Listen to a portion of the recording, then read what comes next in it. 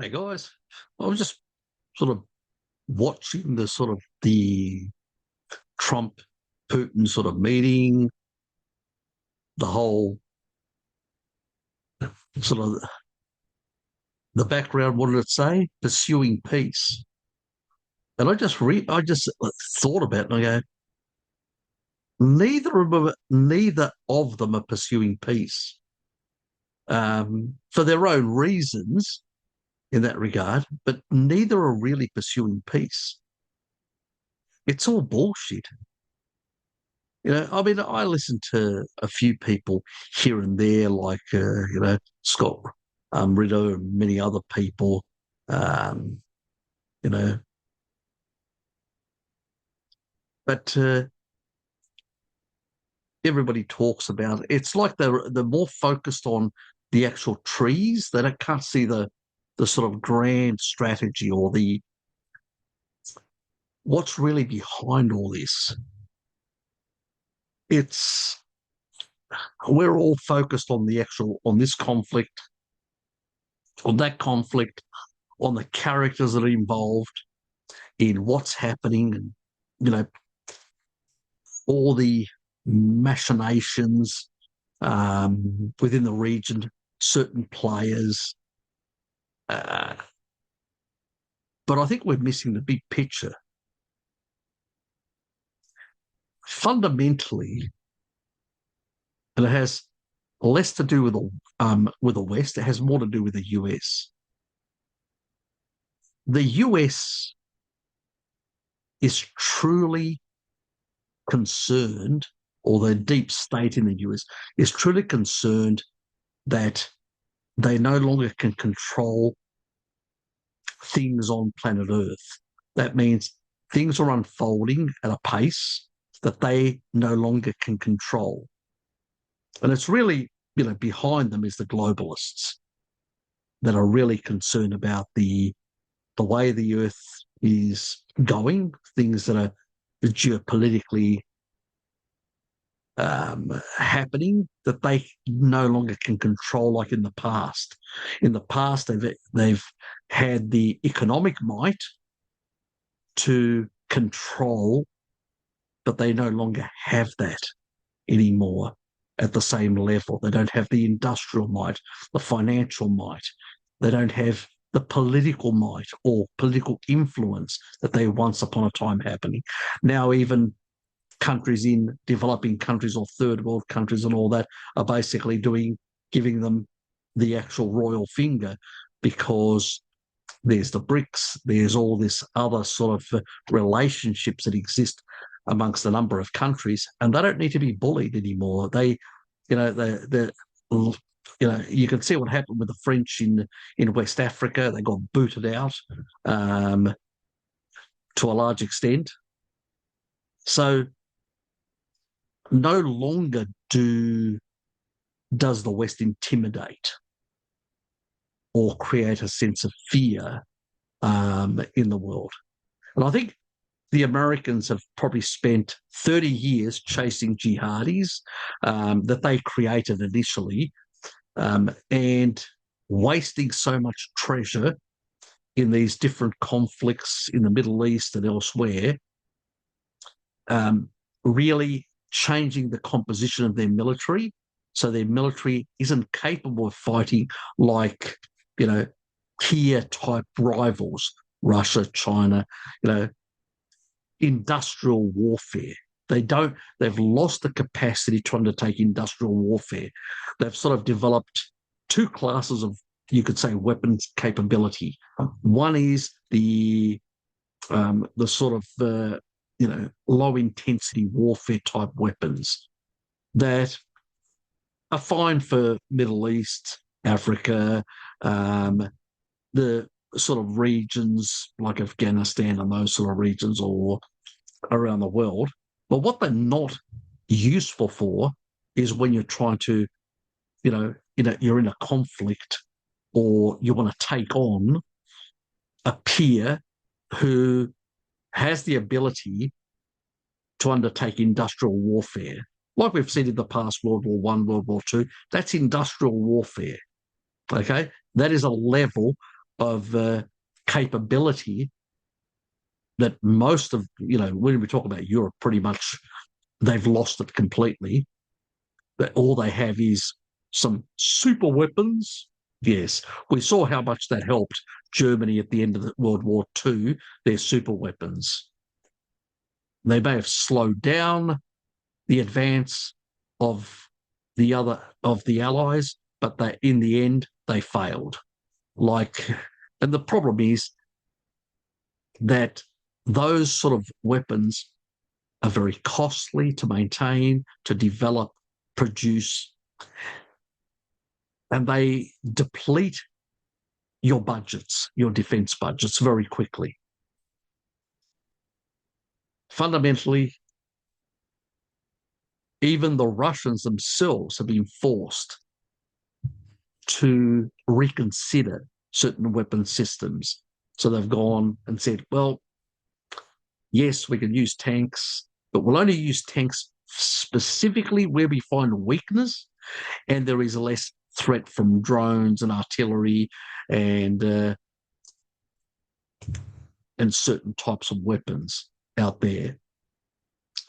So it's sort of trench warfare with a bit of maneuver here and there. So it's a very different style of warfare. But what we see is low-cost munitions, so drones, artillery pieces, those sort of things. And by converting that conflict into having a character of an attrition war, the Americans initially thought that they could exhaust, or the deep state in America thought that they could exhaust Russia, weaken Russia, and undermine it. But they failed. And this is the whole reason for the so-called peace initiative that Trump is pursuing. It's bullshit. Trump knows it. He's been advised by the State Department and, the Defense Department and the deep state operatives. You've got to stop this, Donald. You've got to stop this. They're telling him continuously, find a way to stop this. We need to... And that's why you're getting people in the military, in the DOD, in the Pentagon, telling Congress quite openly,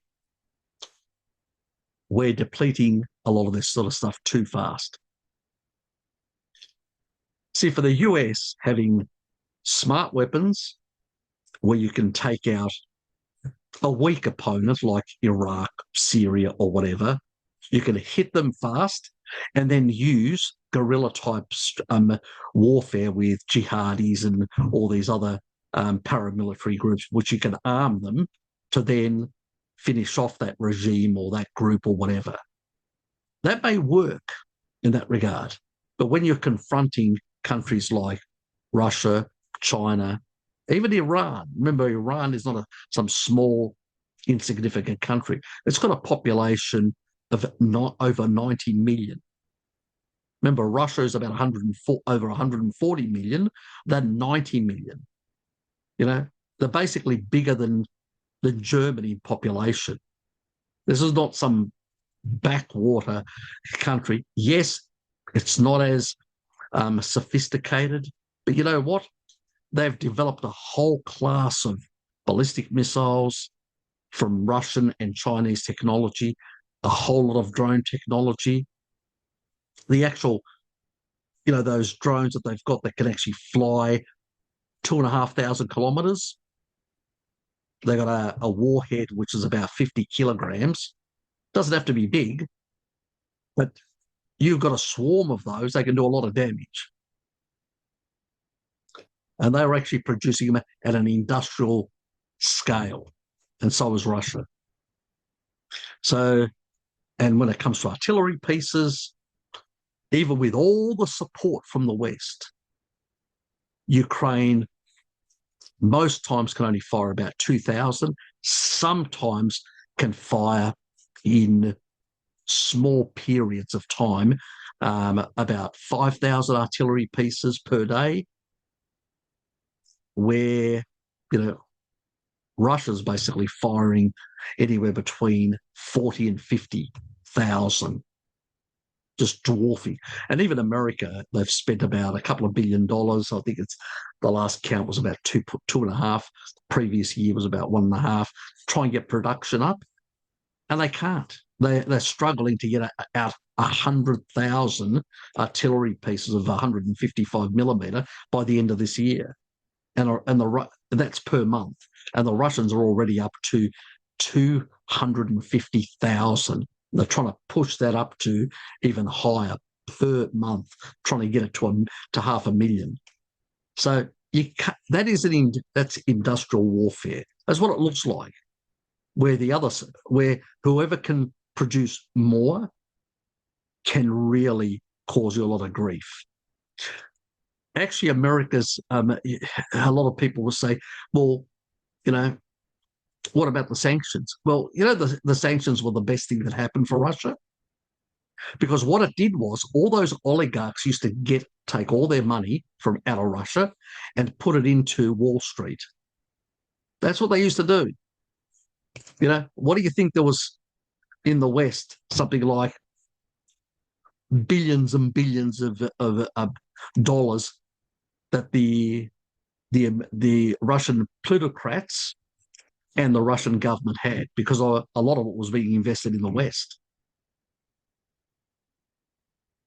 But now they've actually found a domestic place. And what's that domestic place? Domestic industry.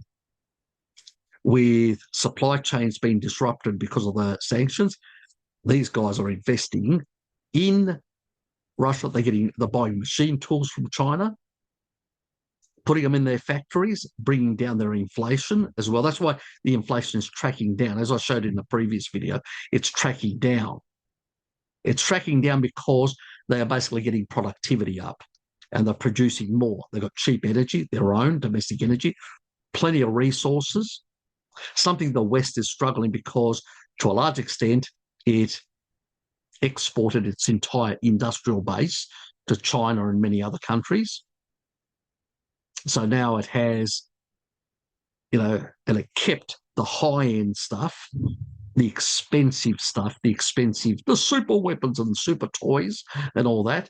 But the problem is super weapons and super toys don't win wars. They don't provide against a peer sort of adversary any supremacy or any, because at the end of the day, Russia's got a few super weapons like, some hypersonic rockets, and they've got also the Iskander missiles, which are pretty lethal. But at the end of the day, they are not the big game changers. They look great on CNN and any other Western media, spectacular big explosions and all that. But fundamentally, they do not change the outcome of the war. The outcome of the war, especially in an attrition war, it's these inexpensive things, artillery pieces, drones, these sort of things. That's what makes grenades, guns, the sort of basic munitions. If you don't have enough of that, you can have a couple of super weapons. They're not going to do anything. You're going to deplete them in a day, and then you've got nothing. So what happened was the Americans thought that the Russians wouldn't be able to respond quick enough. Weren't they wrong? By redirecting capital back into Russia and investing it and having outlets where they could actually export their energy into the BRICS and also acquire advanced tools and semiconductors from China, they've got an incentive because they know the Yanks are coming after them next. So, their strategy of the sequence strategy that Kobe sort of outlined, Elbridge Kobe, is a strategy to basically hit Russia first, take them out of the game, put them in a war a no-win war in Ukraine and bleed them. Then go after Iran, which then limits the energy, the sort of countries that China can get cheap energy from, and then go after China last. So it was 1, 2, 3 type thing. A bit like the previous strategy, if you remember, knocking out 7 regimes in the Middle East. Something similar. So, we can't take them all on at the same time, so we're going to sequence it through these people. That was what the strategy was. That's the globalist strategy. Trump was the one who was behind it. It started with Obama. Trump continued it. Let's not forget that Trump was the one that actually sent shitloads of weapons to the Ukrainians in terms of, a lot of the different, like the javelins and many other things. So he sort of upped the ante, and then when along came Biden, upped the ante even more. They thought that Russia would be knocked out, would be forced into a humiliating defeat. And after that, they would be able to force terms on Russia, which would be unfavorable.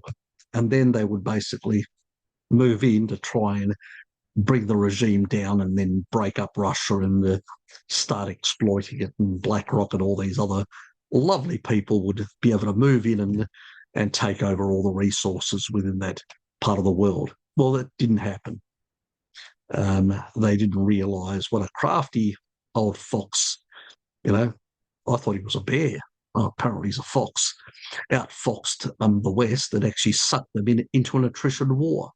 He changed the strategy. He realised he couldn't win a traditional conflict.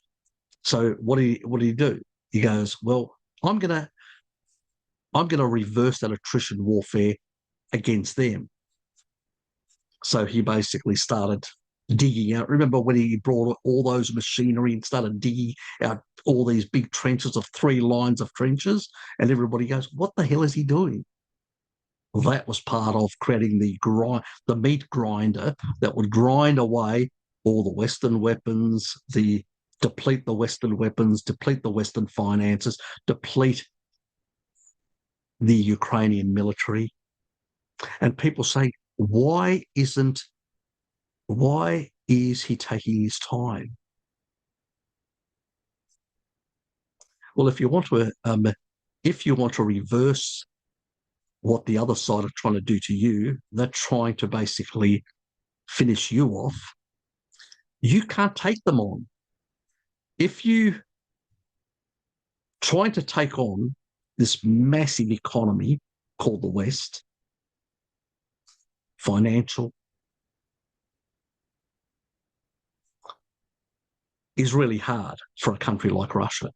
But what they can do is their proxy, which is Ukraine, they can bleed that proxy and all the money that's coming in and all the actual resources that are coming in, that the West is forced to keep that whole conflict alive, means that they are being bled. They can't pivot anywhere else, and they're even struggling. They can't even deal with effectively also with Iran. I mean, what did they do? In 12 days, they depleted about a quarter of their THAAD missiles, the Americans. It took them about 15 years to build the whole stockpile because they're very expensive missiles. They're anti-ballistic missiles. They go very high up in the atmosphere, above the atmosphere, out into space, basically. So they're very expensive and they're not easily replaceable. Same thing, happened with them where they actually handed over thousands and thousands of Stinger missiles, the man-portable, man-pads, as they call them, which are short range. And they depleted thousands of those against drones and all sorts of things. And as a consequence, the US had to try. They did, they lost it. They couldn't actually rebuild the stock, so they had to go and find people who had retired and worked in the industry to come back and actually teach other people, younger people, how to actually build these missiles because that knowledge had been lost. Remember, America was into creating super weapons or low intensity type vehicles for, places like Afghanistan and whatever else. And so that middle part of stuff, your regular sort of tanks, artillery and stuff like that, your bread and butter for peer type industrial warfare, that was hollowed out. And most of that industry was basically either exported to China or elsewhere and was lost to a large extent. So the US was focused on, really highly expensive, high-end sort of stuff, because that's where a lot of the money for Wall Street was, or the industrial base outside the country, which also provided remittance money coming back in as shareholders who were, getting returns from foreign investment in that regard. So as a consequence, important strategic areas of the military industrial complex have also been hollowed out to some extent. Then shipping, China produces something like, I'll give you an example, produces like 200 container ships, and America can only produce 7. And even on and I've actually discussed this before, even on the actual, when it comes to naval ships, they can't keep pace.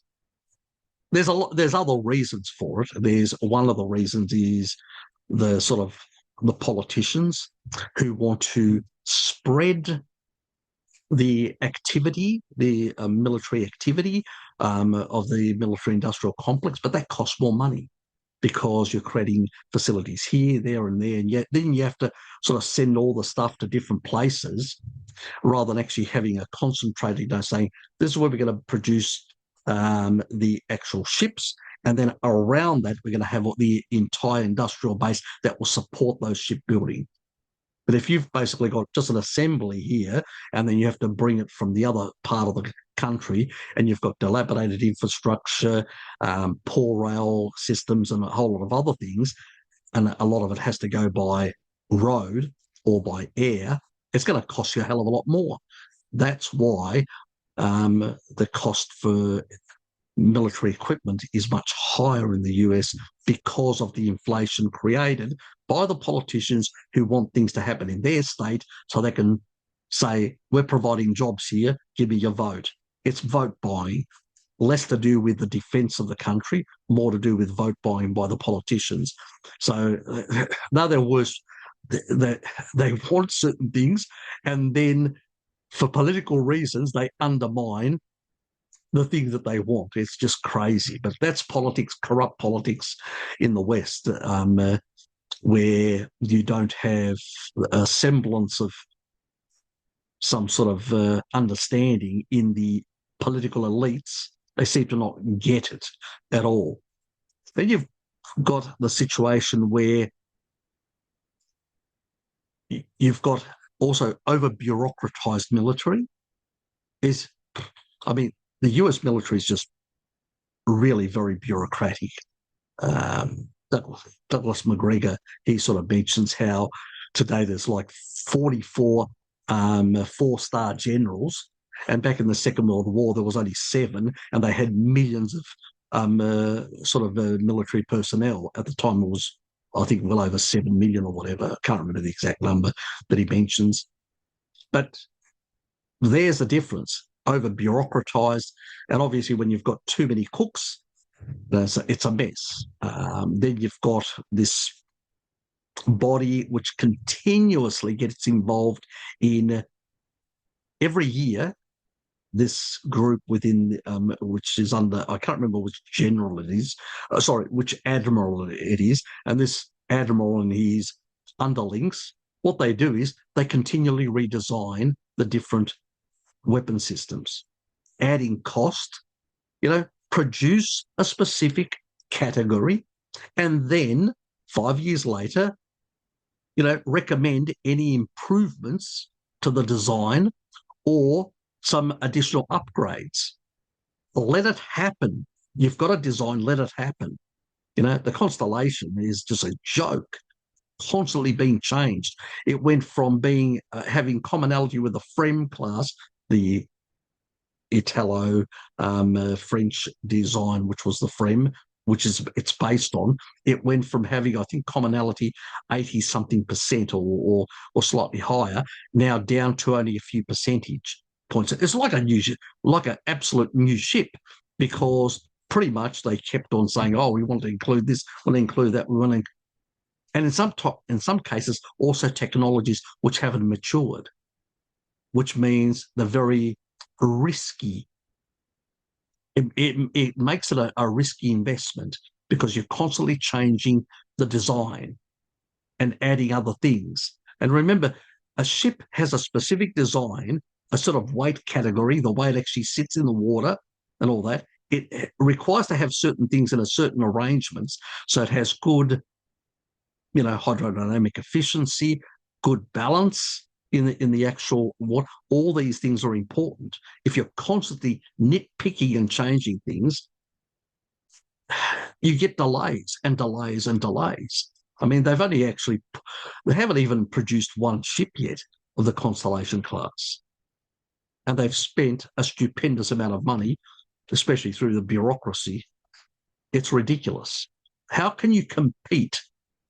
So you've got a crazy geopolitical agenda here. We want to take on the world and knock off our opponents so we can be number one again and guaranteed number one until the end of the 21st century. But then you've got this complete dysfunction, and that's never going to happen. So this whole, pursuing peace is just bullshit. It's the Trump administration trying to slow things down, because their whole purpose was they wanted to pivot to China in 2027. But they can't do that because they're locked into these conflicts, one in the Middle East and one in the Ukraine, in Eastern Europe. And that's their problem, and they're being bled by both, because the Iranians on one hand can send shitloads of cheap weapons, and actually the engine, the little engine, it's a German design, which the Chinese got license to produce it, and they pretty much sell it and provide a copy of it, and that's how the Iranians use that two-stroke type engine. But what it does is, because it's a flying wing type design, practically, you can actually put more fuel in it. And because it's only got a small little motor, that's why they need to have a little booster rocket to force it out. Otherwise, I've seen the Russians actually having it on a special tray and actually on a vehicle and racing the vehicle down as fast enough to give it enough release speed. So that's an interesting way of doing it. So there's all sorts of variations, but it's a very effective loitering munition. So I know people call it a drone, but it is actually a loitering munition, a long-range loitering munition, which can go all the way out. Obviously, you're not going to go to the maximum range, but you can go out practically to 2,000 kilometres and then loiter for a certain period of time until you find a target. It's got an AI pilot, which makes it very difficult to shoot down and jam or whatever else. So that's an important factor. But at the same time, it is cheap. It costs only a couple of $1,000s. I mean, they say the Iranians can produce it for about $40,000. I mean, and they sell it to the Russians we're selling it to the Russians. The Russians got a license agreement with them now, and they can produce their own, and they've actually even put some low observable stealth coding on them, so they're even harder to detect with Patriots or whatever else, other systems. So or the RST, as it's called, the German one. So that makes it difficult. I suspect some of there's going to be some technology transferred back and forward with Iran because of those licensing arrangements and agreements that they have. So they will get even better kit.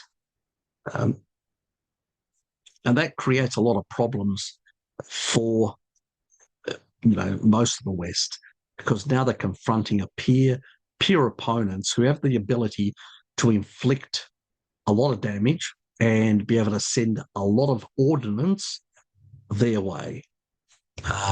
So it's not as easy as fighting some of Afghanis or other groups that are, like dysfunctional,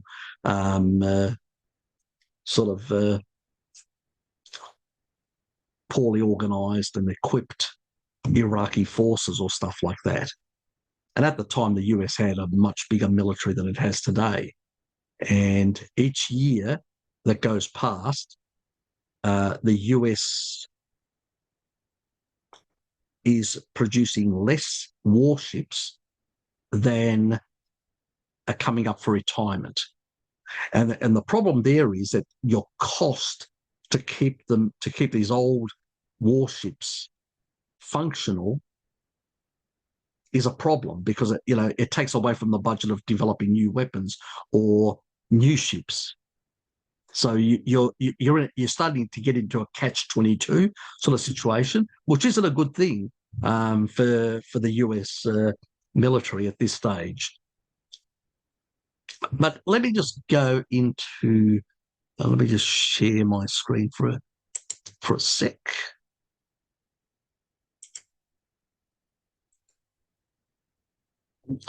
So this is the go away Bitdefender. Yes, got to keep the malware away. So this is this basically a document sent to Congress. This is the great power competition, implications for defence issues for Congress. This is an update on August 28th of last year. So nearly a year ago. Regards, I think it's 13, isn't it?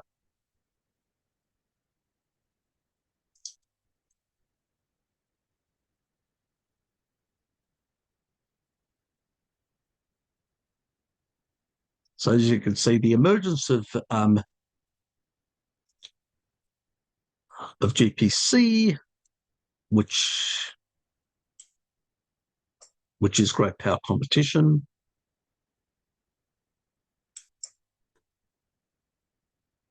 So that's what GPC means. So I'll just use that quicker. Has prompted some observers to ask whether the force planning standards should be changed to being able to fight two simultaneous or overlapping major conflicts with adversaries such as China and Russia. A so-called two-war or two-major war standard, or something greater than a two-war standard. Let's go down here a bit. And also, so last year, trying to create a strategy.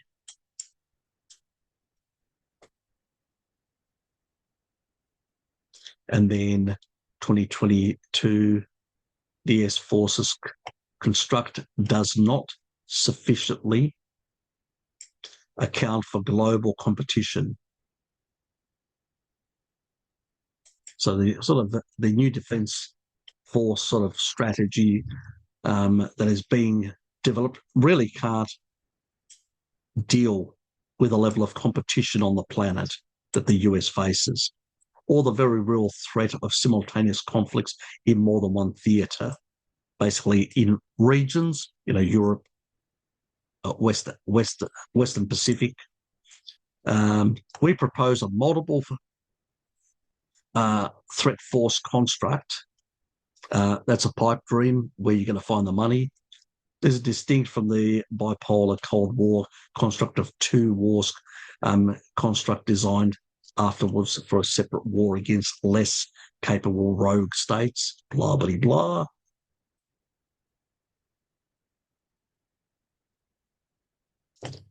Dimensions of today, threat or wider variety of ways in which and places where conflict could erupt, grow, or evolve. You know, those are nice motherhood statements about what they're facing. But when you read through the document, it's like it's sometimes ignoring some of the problems, sometimes identifying some of the problems, but it just seems like we've got this, but we're not really, it's like a strategy without a strategy, it seems. It's like they don't know how to deal with these so-called top-tier competitors. So, the Rand Corporation, this is one of theirs, deterring Russia and Iran. That's one of the major think tanks that of the deep state. So I'll put a link so people can actually, this isn't my download, but I'll put a link so you just have to hit the PDF download and you'll be able to get it. And so they go into the sort of increasing prominence of deterrence since 2014, raises the question of how to reinvigorate the US military contributions to deterrence without crowding out investments in other priority missions, particularly competing with China in the Indo-Pacific.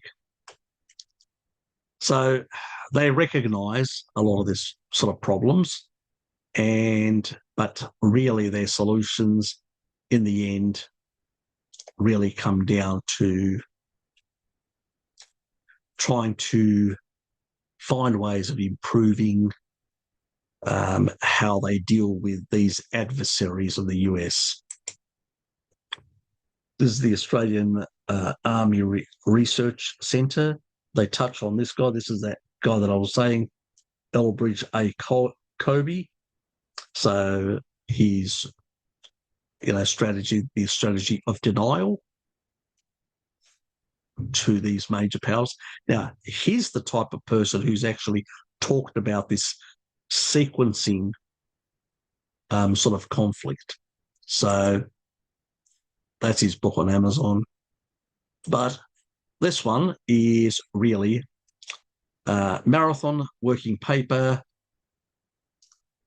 another one of those sort of think tanks of the US deep state. Strategic sequencing, how great powers avoid multi-front wars. This is what the US is trying to avoid. So Trump's peace initiative, as I said, is bullshit. It's not a peace initiative. It's trying to find a way to freeze the conflict. See, where the Russians, on the other hand, are saying, no, we're not going to freeze the conflict unless we have security guarantees for Mother Russia. That means you guys aren't going to come back and attack us again or cause us problems. So we want security guarantees. This is why I think ultimately it's not going to get anywhere. It's delaying tactics in that regard. The Russians are quite clear. They've said, we want security guarantees. We want to sign a new treaty on nuclear security and conventional security in Europe.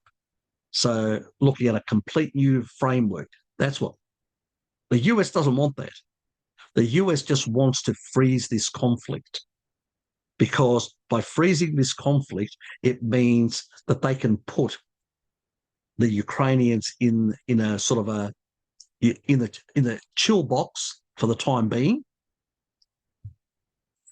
eliminate Iran, and then, because that's number 2 in the sequence, and then move on to China. And then they can come back after they've weakened China, they can come back and eliminate dismember Russia at that stage. That's the whole strategy.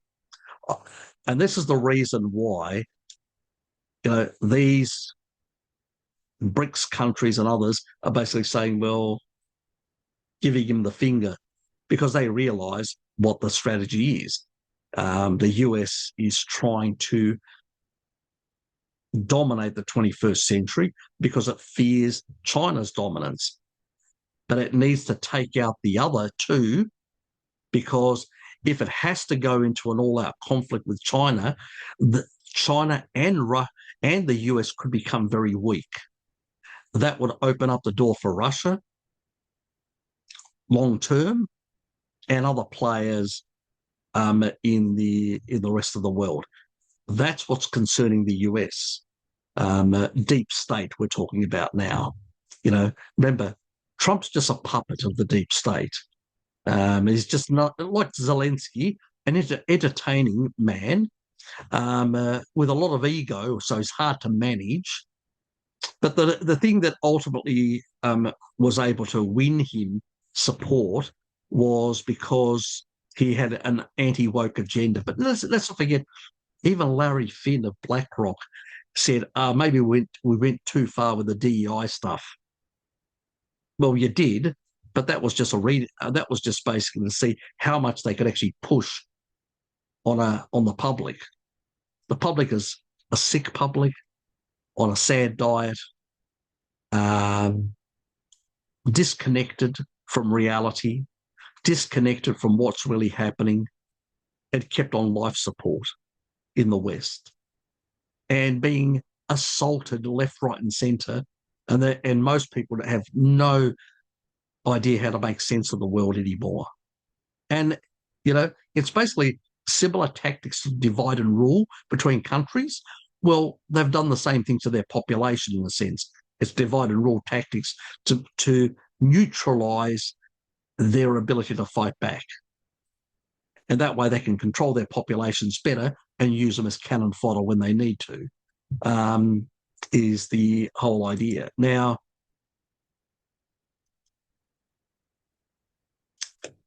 this paper examines 4 great powers in history have handled strategic simultaneity. Byzantium, Eastern Roman Empire, the Greek Empire, Venice, Habsburg, Austria,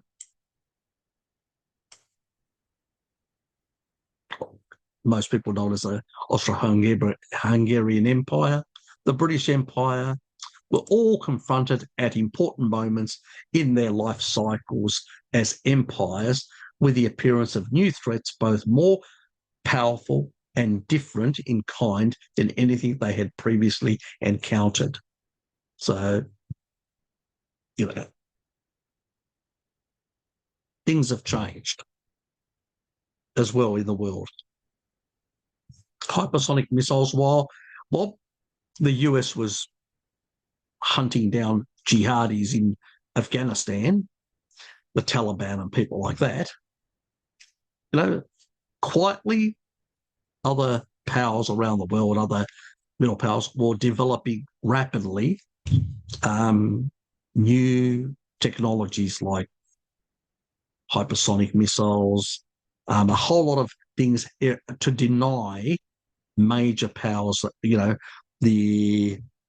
S-400, S-500, all these sort of things as a way of keeping the West away from their territory as far as possible. So now, oops.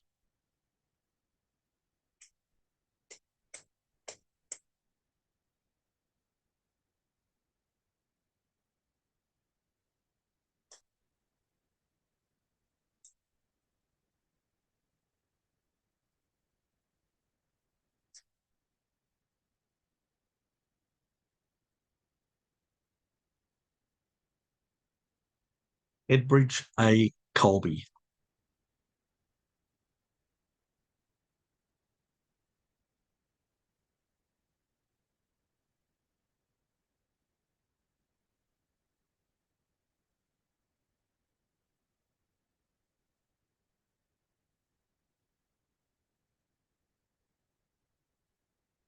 I'm indebted to Elbridge Colby for this insight. This guy is close to the administration, the current administration, and the previous administration. So he's had influence on Biden's administration and influence on Trump's administration. As I said, the deep state has continuity, and they're puppets to sell the message in different repackages and sell it differently.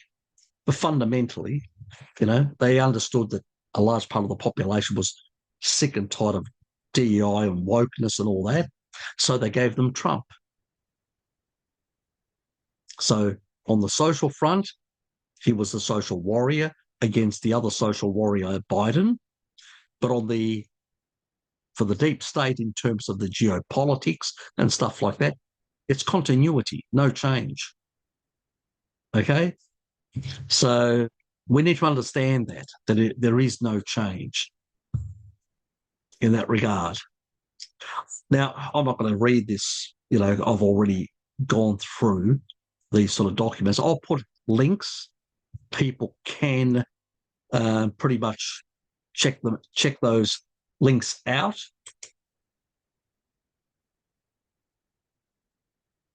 And you can make your own well, you can read the documents, and you can get certain insights on the sort of strategic thinking that has been currently in the US for the last couple of decades, in particular the last two particular. But I would say if we look like 2007, China had not even one major bank in the top 10. I believe it was, trying to remember now. Remember I had that video about how finance is moving to the east? And it was, I think, around 20, I could be wrong, 2011, that the 10th or the 9th, can't remember, in the top 10, there was basically, at that point, one Chinese bank. By 2020, and I know that for sure because it was a year after COVID, 2020, the top 4 were Chinese banks in the world.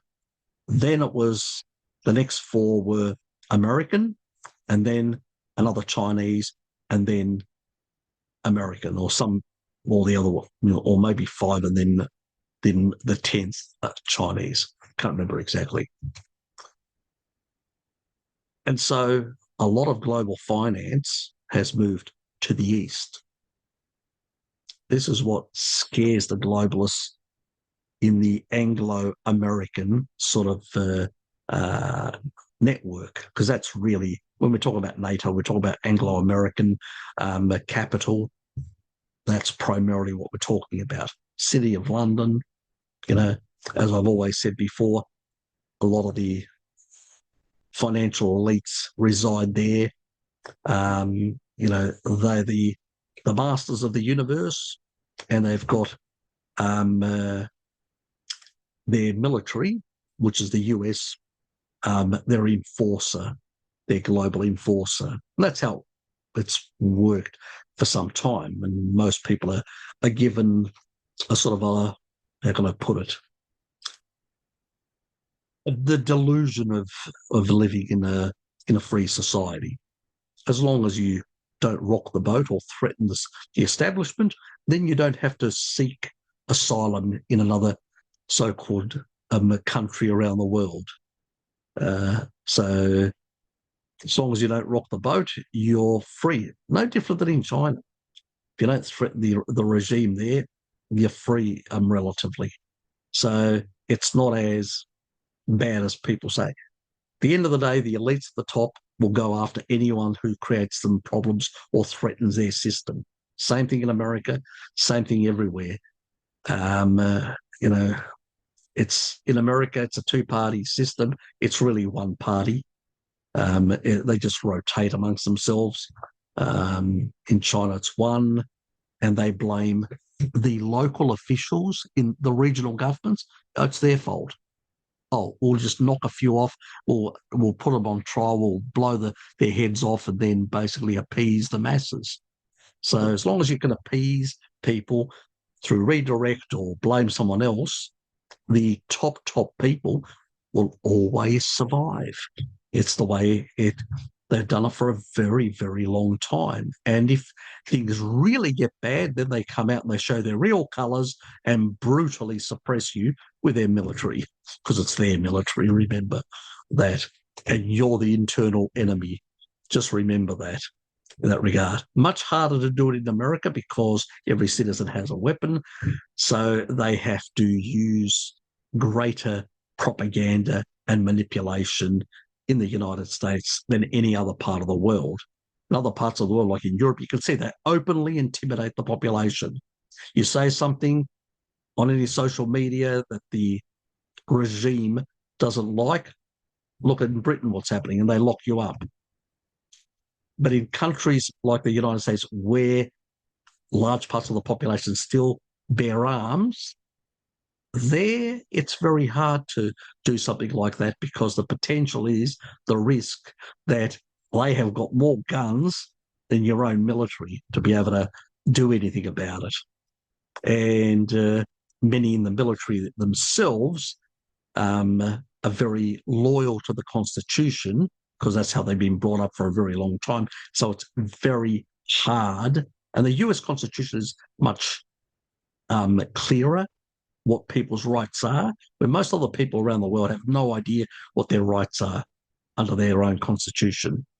In many cases, there are none, zero in that regard.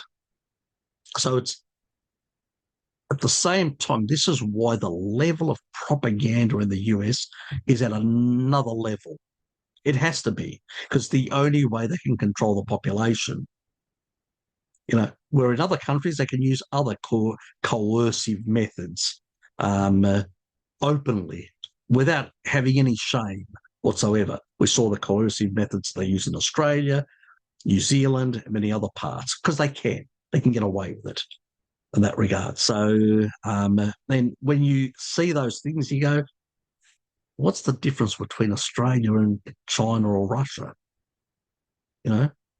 In some regards, they are freer for the local people, and it's only the higher end opponents that really suffer. You go, so you start scratching your head and going, what the hell? But what's happening is the US has realised, and that's why they want to try to extricate themselves from the Afghanistan conflict and all these others, because they realise that they've been wasting time while their major competitors on the planet have been building up their capabilities. And you take a look at Russia and China in particular, what have they been doing? They've been lowering their debt steadily in the last how many years? Like the Russians have been using a lot of the sale of oil to do two things. One, lower their debt, and the second thing, to buy more gold. So they've been preparing for a future competition, because they realise that the United States and the West have been spending like drunken sailors a lot of their treasure.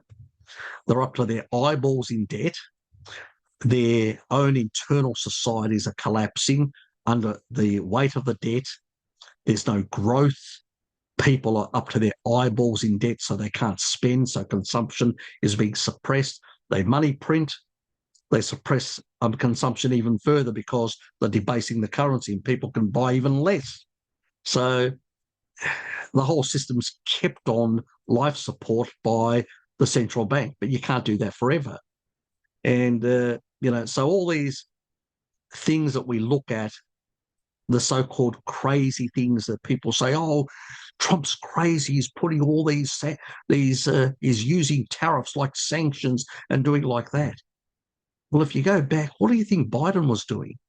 He was also using tariffs. As I said, there's continuity. It's the social war where they've been fighting over wokeness and anti-wokeness and all that. That's where the real conflict between the right and left exists in America. But on all the other areas, they're on the same page, you know? So the MAGA people that thought that Trump was pro-peace, no, he's not. He's pro-war, like Biden, no difference. The difference is he realised that the Americans have bitten them off a bit too much. They've depleted their stocks of military equipment, and they can't pivot now truly towards China. And they're running out of time because every year that goes past and they're tied in this conflict, China's becoming stronger and stronger. Remember, China's got a plan by 2030 to achieve a certain level of modernization, and then in 10 years' time, by 2035, to have completed their modernization of their armed forces.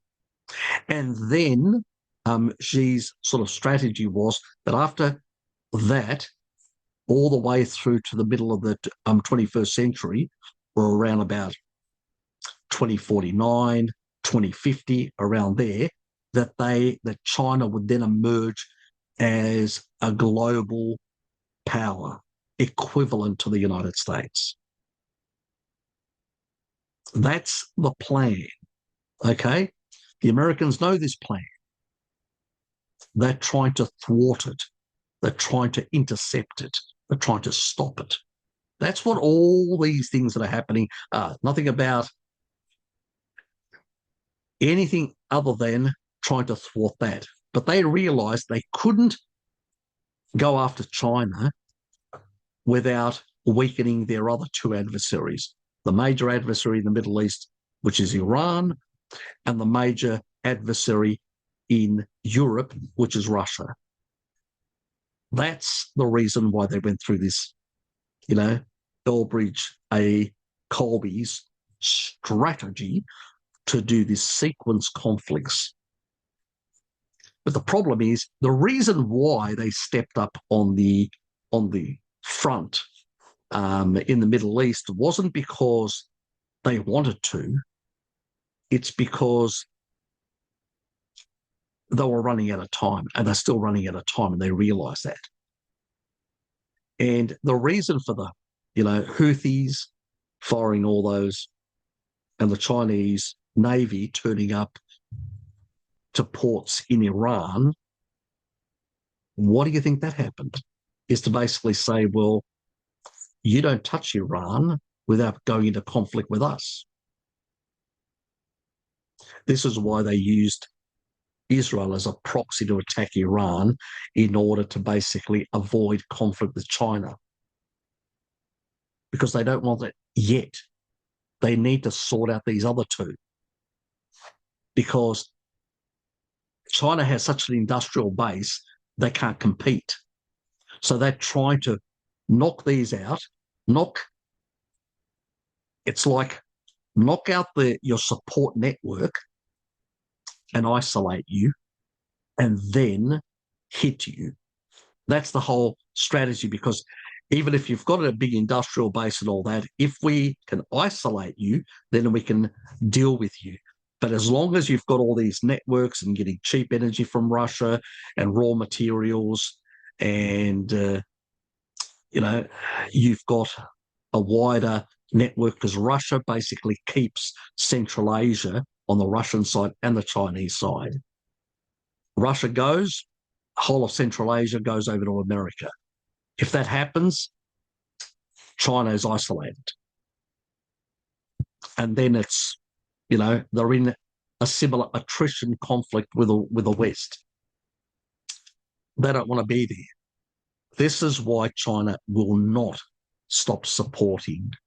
And this is why I believe that China and Russia have made a deal to bleed the West dry.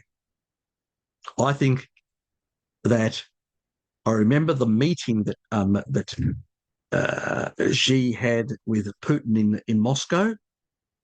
At the time, right after that, the Russians increased the amount of this sort of strategy. One, increasing the amount of these more cheaper sort of drones and stuff like that.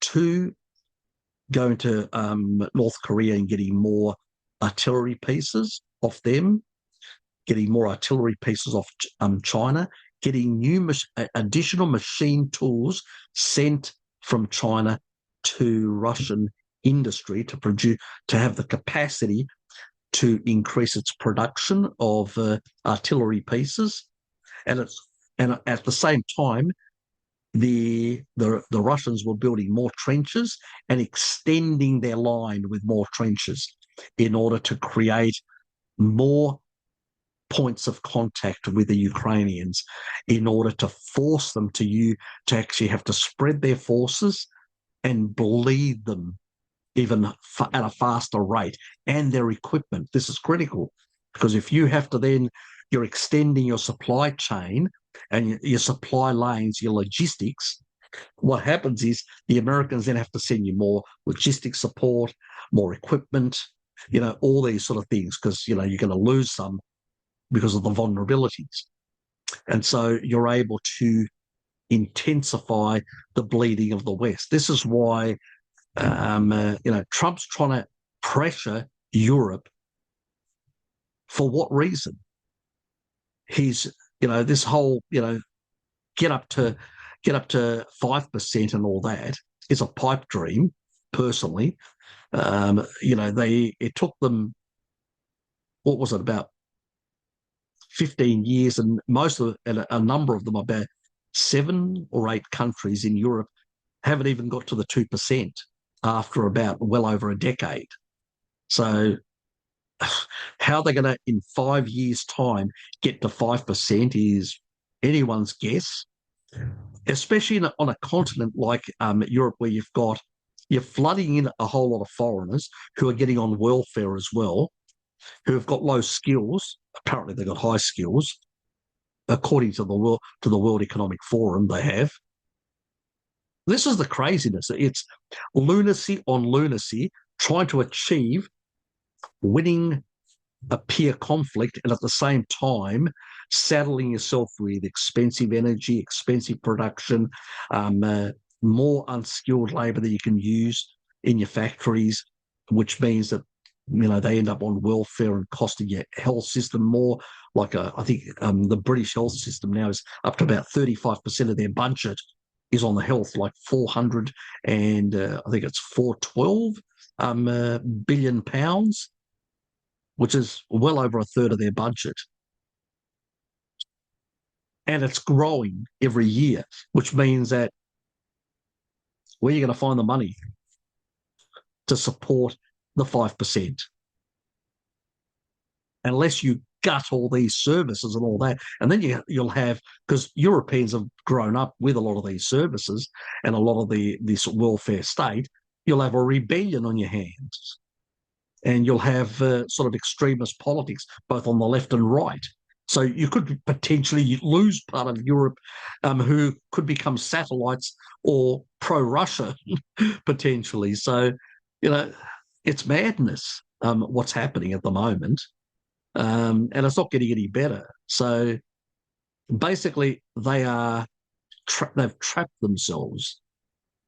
So the globalist elites have trapped themselves in their own nefarious plans and their own stupidity, because it is stupidity, because they've unleashed these global conflicts and global to change the sort of power structure on the planet to usurp their dominance again over the whole planet.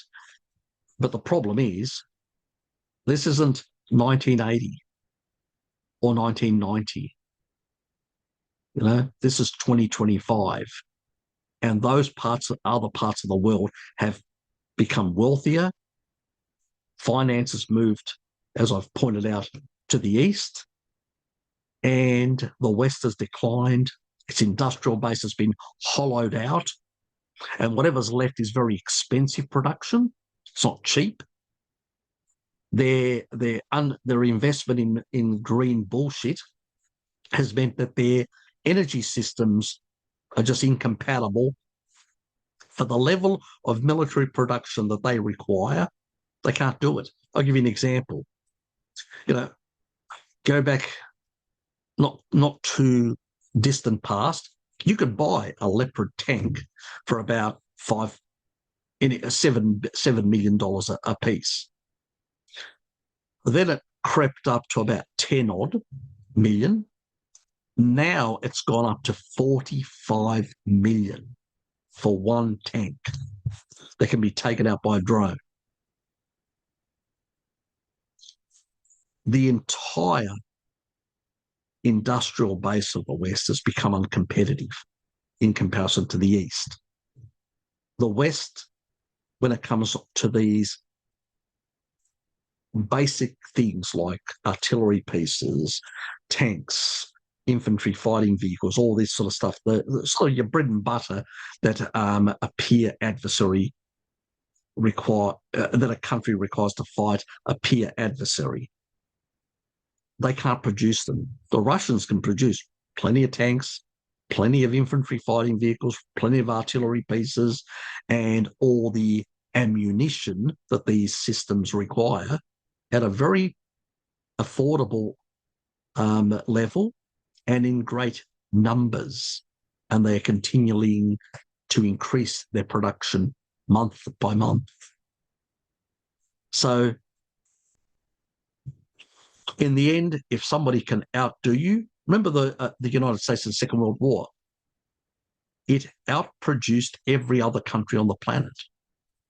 That's how it won the war.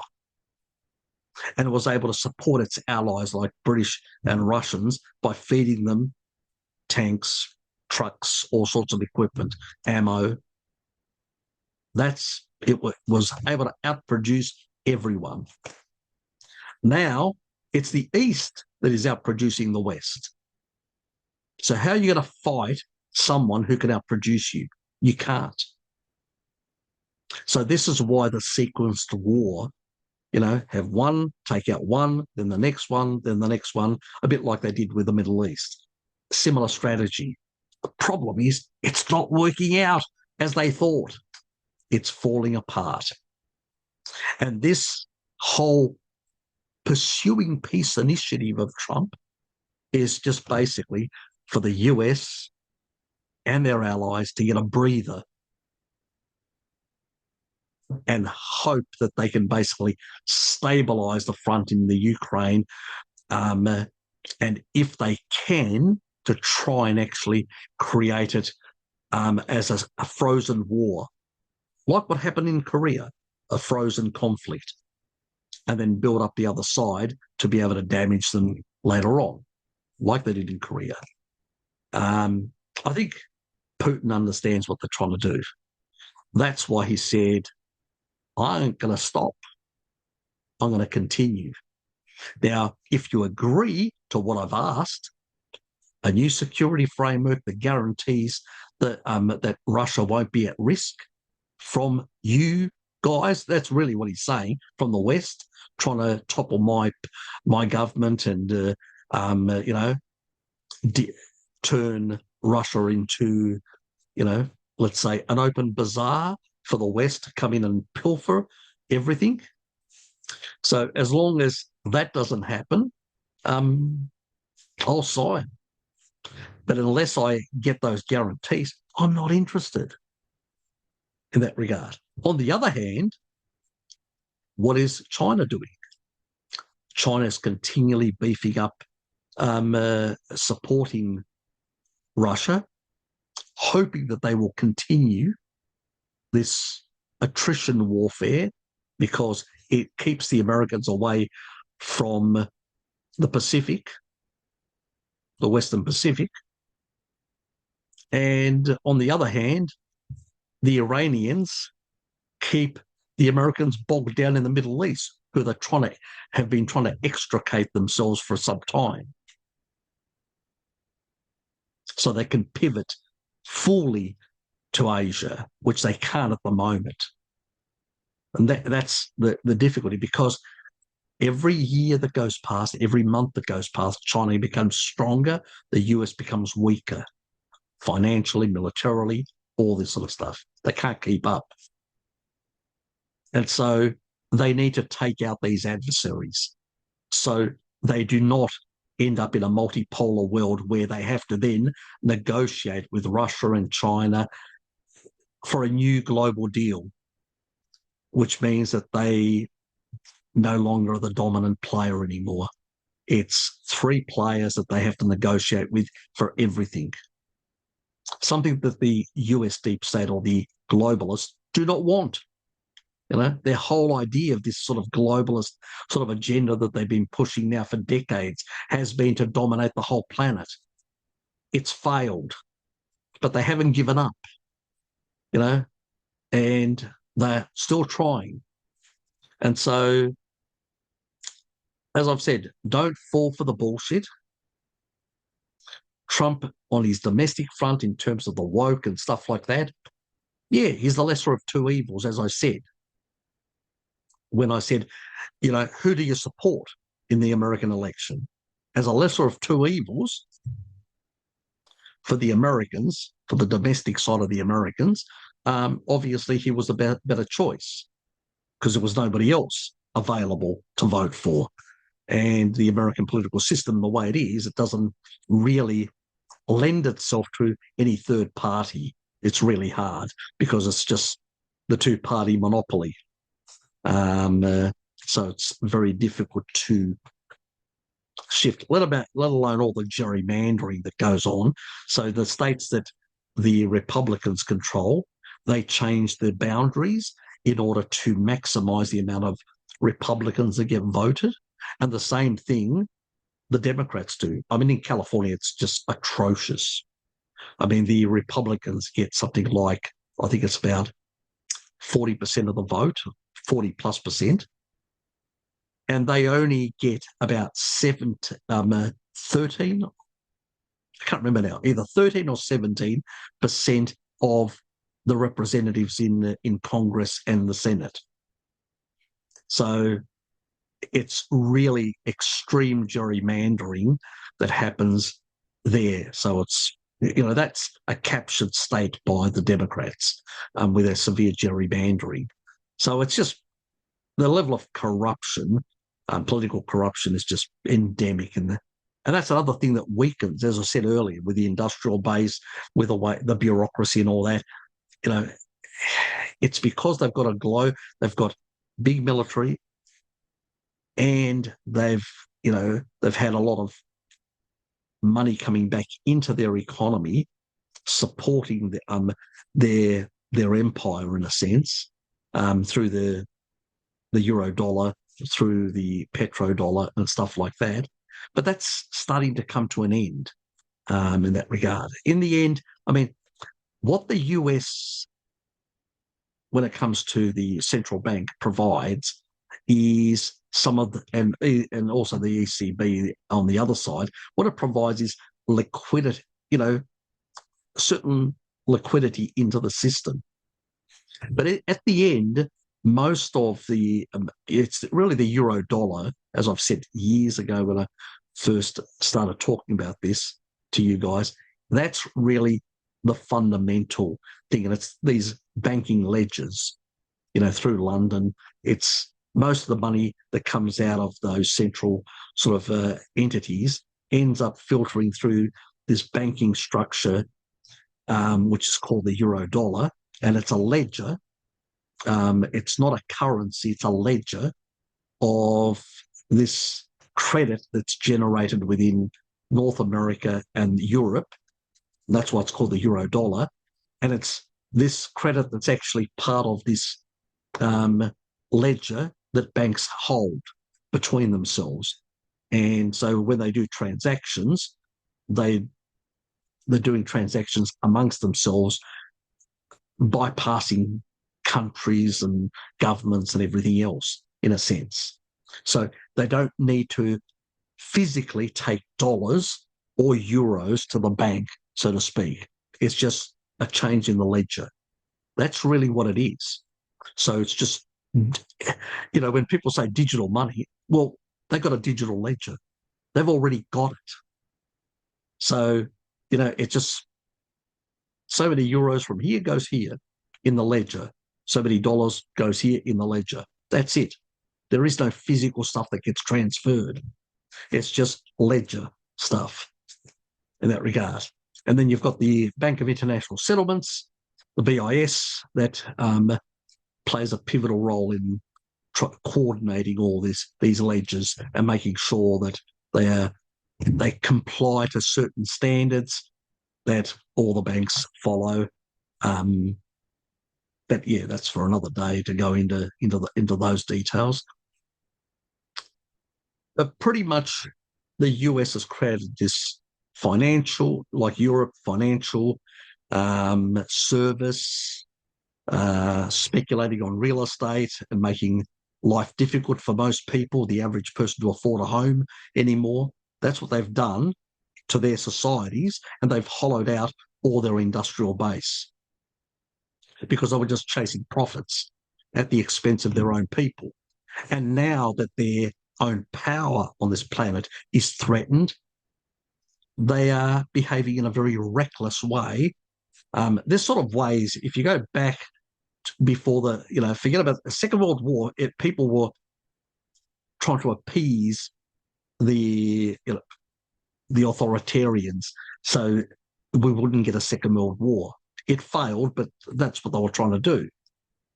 Before the First World War, everybody was reckless. Everybody was, behaving like prima donnas, chest beating and all this sort of stuff. It reminds me of pre-World War One. So the risk for Third World War does exist, and potentially if the US can't do the sequence war, could it go all the way to a big exchange? You never know. What do you think the Russians have created the dead hand? You've heard about the dead hand for that reason, that even if their power, they get decapitated. The whole purpose of having, Ukraine inside NATO is to allow the US to do a decapitation, a first strike decapitation of the elites of Russia. That's really what it was about. So the Russian elites realise that and go, okay, you may be able to take us out, but we've got a system in place that will actually then annihilate you. The problem is that such systems can be problematic, like all computer systems. And what if it accidentally thinks, and decides to send the stuff? I'm just going to pause it for a second, so I need to go for a piss. Now, some people will say, well, Harry, really? Do you think Trump's really part of this? Look, remember Zelensky got elected, comedian, on a platform for peace, might I add. What a backflip. Just remember that. Whether he was just deceived the population of the Ukraine or his family was threatened, by the Azov types, Victoria Nuland's sort of Nazi friends. So whether that was the case, and we should say Obama's Nazi friends, because that's what they are, because he was the one that actually sent her and the rest of them there.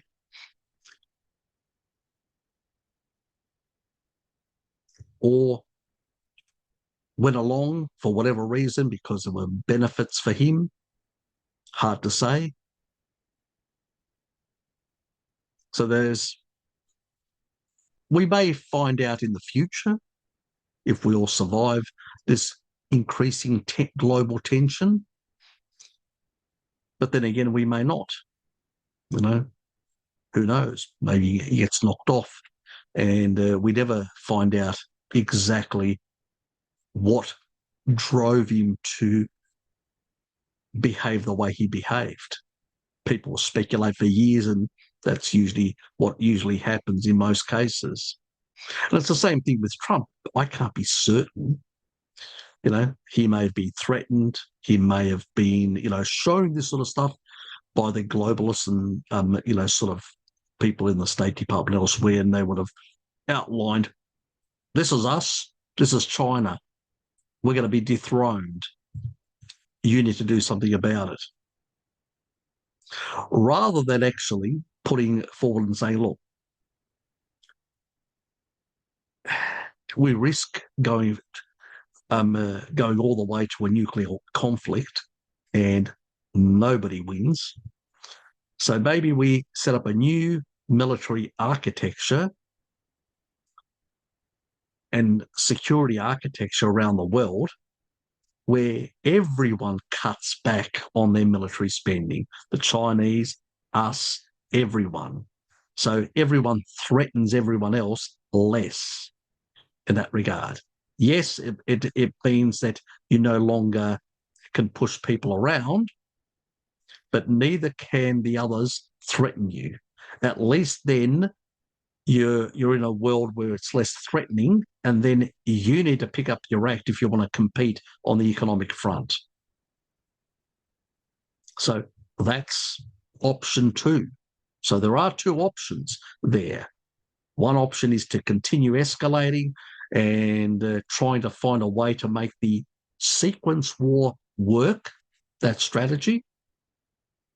Or another option is what Putin is actually pushing in particular, because why Xi has never really elaborated this. Putin's probably the most sensible person, or the adult in the room, so to speak.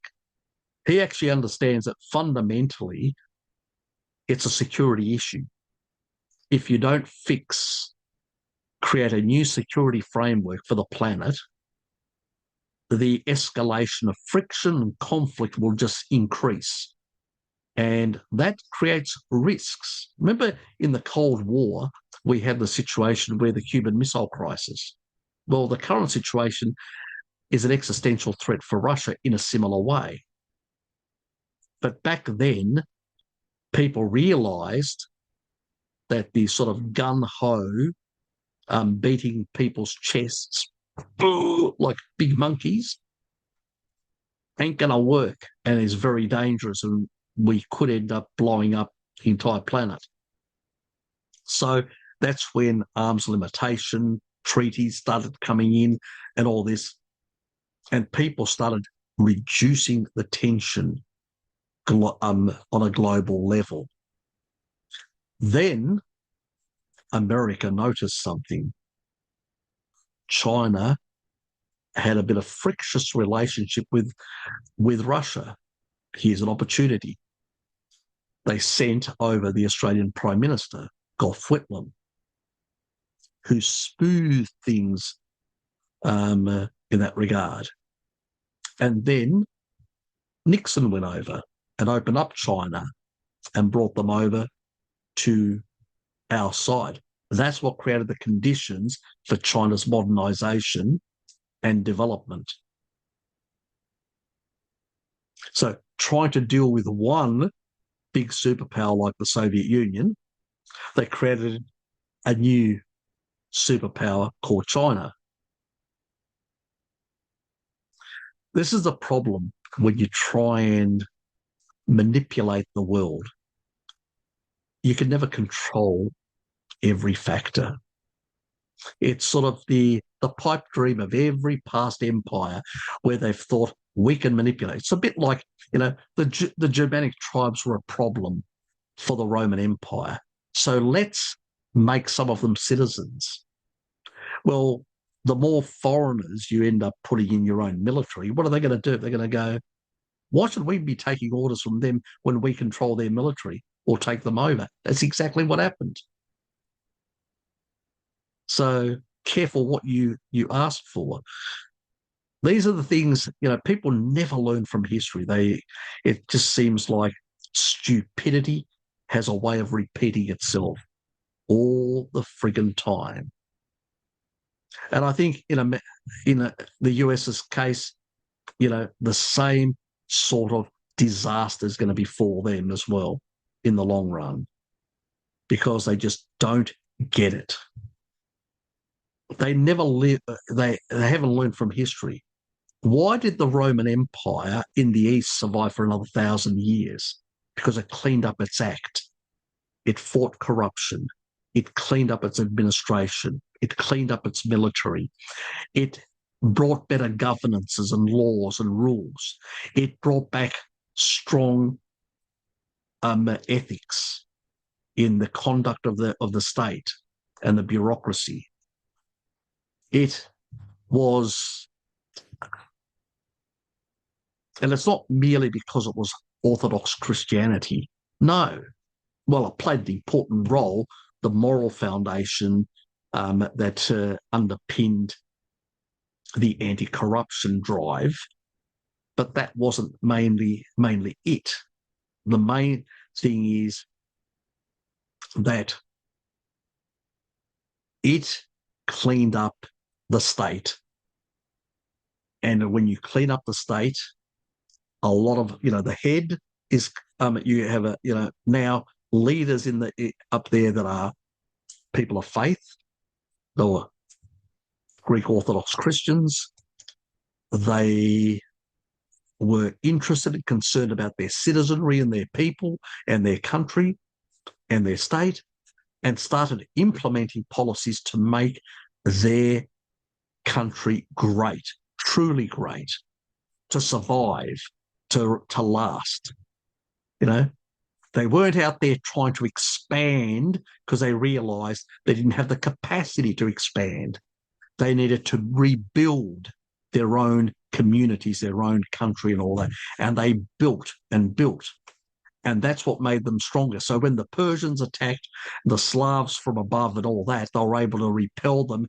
And even though they were fighting on two fronts, they were able to survive for a very long period of time. Now, they did lose large parts of the Middle East as a consequence of being weakened to some extent and having to fight on two fronts. But they still managed to survive for 1,000 years. And in the end, what destroyed them? Corruption, backstabbing, foreigners in the military, mercenaries that were put in their military, foreigners that didn't have a stake in their society. A lot of similarities. People are being flooded into Europe and North America. In the end, they destroyed themselves. And that's what happens at the end of any empire.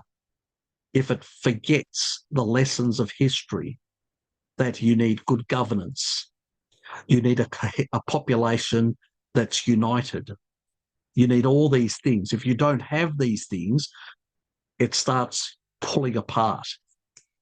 And these elites are completely delusional if they think that they can pull the whole fabric of creating a global state which they control. That's what they're thinking. But by doing all that, they're undermining their own foundations. which is the West. They're destroying the thing that they need to be able to do to hold on to power and do what they want. It's crazy stuff, absolute crazy stuff. And I suspect, the Russians and the Chinese and some of these people are looking at it and they're going, these people are tearing themselves apart and they want to dominate us. Ridiculous. And that's really the state of affairs. It's, if it wasn't tragic, it'd be comical. Well, it probably is both comical and tragic, depending on your perspective and whether you're an insider or an outsider. But it's ridiculous where the West has got itself entangled. And unfortunately, these people are so delusional they can't see that they are actually destroying themselves. Not quickly, but slowly destroying themselves. They can't produce enough ships. They can't produce enough aircraft that are functional. Even the F-35s are rusting and all that because of the coatings are problematic. They're trying to find solutions. Maybe ceramic stealth may actually fix the problem. We'll see what happens on that front. So there's a whole lot of problems. This is why they were so expensive. Where the Chinese and the Russians have gone for cheaper stealth coatings, which are less prone to deterioration and high cost. So for them is make the aircraft very maneuverable, so you can't be taken out from a long distance. First, because you can't be detected. And as you come closer, yes, the F-35 will detect you, but it'll be less maneuverable. And if you're more maneuverable, you can sort of avoid being hit in those first couple of minutes, and then you'll get close enough to be able to acquire and then take them out. And then the F-35 is very hot. And it's got this big, massive engine that creates massive infrared signature. And the Russians are actually getting better in the infrared search and track device. So they don't have to have full level of stealth. As long as they can stay further away and detect you on the infrared sort of spectrum, they can target you. And with smarter and smarter munitions, platforms are becoming less relevant compared to the smarter munitions. There's your problem, how counter stealth over time can erode any advantage. So that always happens in military affairs, like with tanks. The gun becomes more powerful, then the armor becomes more powerful, you can't penetrate it, and then the gun again, and new guns improve in their capabilities and counter that. And it's a constant struggle between defense and offense in military affairs and technologies and equipment. So nothing lasts forever. You may have an advantage for a certain period of time.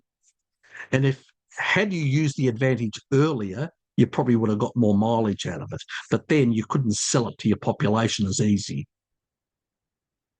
Do you get the drift? So, and also they were more focused on making money out of China rather than realizing the potential risk of building up an adversary. So this is why we're in the current situation or state of affairs in that regard.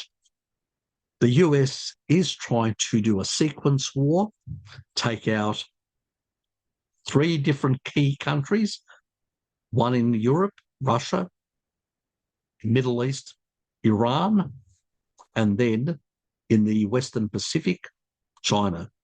That's the strategy. And from what I can see, it's not going to plan. Things are starting to fall apart. And this whole pursuing of peace bullshit that happened in Alaska is all part of trying to slow things down and trying to give them a bit time. That's really what it is. And if they can freeze the conflict without giving too much away, they can sort of, they're thinking, this is their thinking, if Russia's not in conflict with us, they may quieten down a bit and then we can target the others. This is how these people think, okay? Remember, we're going to take so many countries out in the Middle East. That's how they think. Let's have isolated warfare. It's the same sort of approach. But the difference is China, Iran, and Russia are collaborating, and they've realized that they're being played. And that is why they're collaborating. And where Russia couldn't help Iran as much, what happened? China stepped in to help out. So they're not stupid. They realise that they're going to be played. And even India goes, and why does India do that? Is because they go, we're not going to be used as cannon fodder so you can keep your empire and so you can continue blackmailing us. And this is why Trump has put higher tariffs on India than, because he doesn't need India as a trading partner as much. China, still a bit of a problem. They still hold a lot of US bonds and stuff like that, and rare earths that the US military needs and the high-tech industry needs. So due to that, they have to be a bit more careful the way, that's why they want to take out the other pillars to be able to then focus all their attention on China, but they can't. And if they were to create a conflict with China at this moment, while they're being bled in the other two theatres, it would be like taking on the whole planet. And you're going to lose. Simple as that. And the deep state in the US realises that. That's why they are desperate for a frozen war, a frozen conflict, as they call it, in Ukraine. And China doesn't want a frozen conflict. Neither does Iran. And even Russia doesn't want a frozen conflict. That's why they haven't stopped, because they realise. But at the same time, they're not moving as fast. And maybe that's the reason really why Russia never, ever moved fast, because the whole strategy wasn't to win. It's like America. They didn't want to win the war. They wanted to basically use and abuse the Ukraine. They didn't care how many Ukrainians died. As some of the politicians in the US have said, not our kids that are dying. It's the cheapest war that we haven't had any losses. Very cheap for us. We haven't lost any military. We haven't lost any capabilities. Well, beyond depleting the stuff, the equipment that they don't talk about. But it's a good investment, as it's been called. Really? A good investment? So many, what is it now? Well over 1 million. A good investment? These people are sick. Absolutely sick. And only concerned about their own power. They don't even care about their own population. It's just that they haven't had to pay a cost in their own country to be able to do what they did. That's the really sick part of it. And what's happened is the Ukrainians have paid it. They've paid the debt. Severe. Their country's been destroyed, largely depopulated. Their population has collapsed. Large parts of their youth have been killed off. It's a catastrophe. They may not even be able to recover. But then again, the globalists can actually bring a replacement population to fix that problem. Anyway, there's plenty of people around. They don't really care about Ukrainians. So, yeah, They just, cannon fodder for the globalists. That's all they were and still are. And I think some of them are starting to realise that and, starting to become a bit rebellious in the Ukraine. Hopefully, they will upend their plans. But for the Russians, they've realised we don't have to go very fast. We're out producing, we're outdoing them, we're bleeding them. And if we weaken them anymore, they'll become less of a threat to us. So I see zero incentive for Russia, China, to basically give up on this war. This war has boomeranged on the West, completely boomeranged. And it's bleeding the West financially, militarily, on all levels. It's accelerating the decline of the West as well. They just don't realise it. If you're a history buff and you know about this and you look at the finances of the Western Roman Empire, all these things, and look at the state of affairs, the similarities are stark. And these people never, right up until the end, they had no idea it was coming, the collapse. They thought bread and circus for the masses and continue as we are. That's pretty much the same state of affairs that exists now in the West. No different. It's ridiculous. You're sitting there and you're going, these people are just seem to be completely disconnected from reality. The reality is they are losing and losing fast and being bled.